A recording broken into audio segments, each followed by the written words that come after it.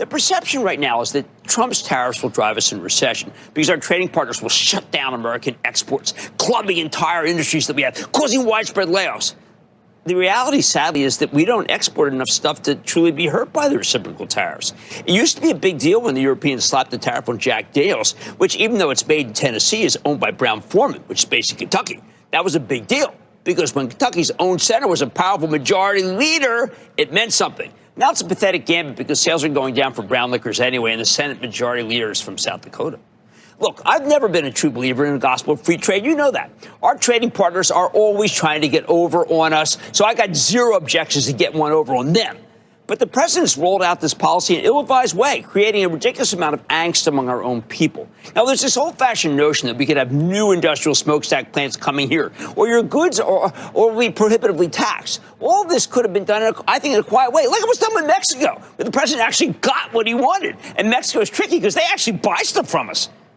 So the question is, can the market truly rally now that we've gotten used to these tariff-induced nervous breakdowns? Can we ignore them yet? Since we aren't going to get anyone to open their markets to our goods anyway, and we are indeed largely a service economy. I don't think it's going to be all that easy, but I will say this. If the president were to patiently explain to the American people that other countries abuse us, dump their goods on us, and then show, again, dispassionately, how shabbily we're treated, I do think the whole policy would be a lot more popular.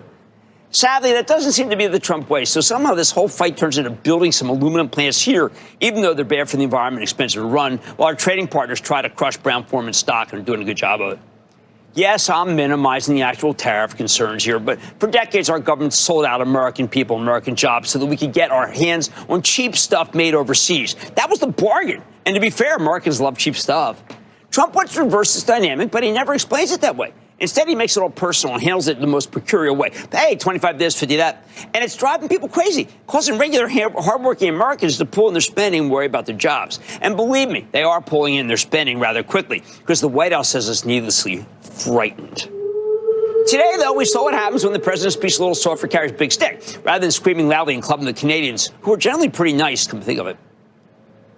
Most Americans can't figure out what Canada did wrong. Now, we thought the 51st state thing line, that was kind of funny initially.